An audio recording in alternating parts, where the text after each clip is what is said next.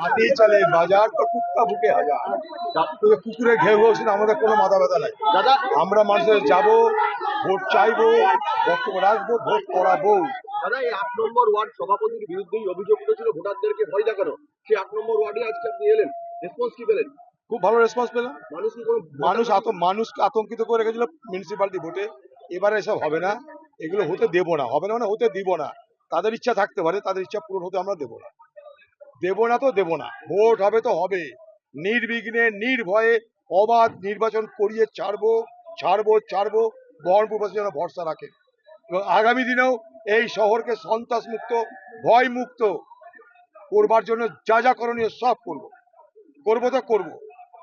আমরা তোমার পাশে আছি।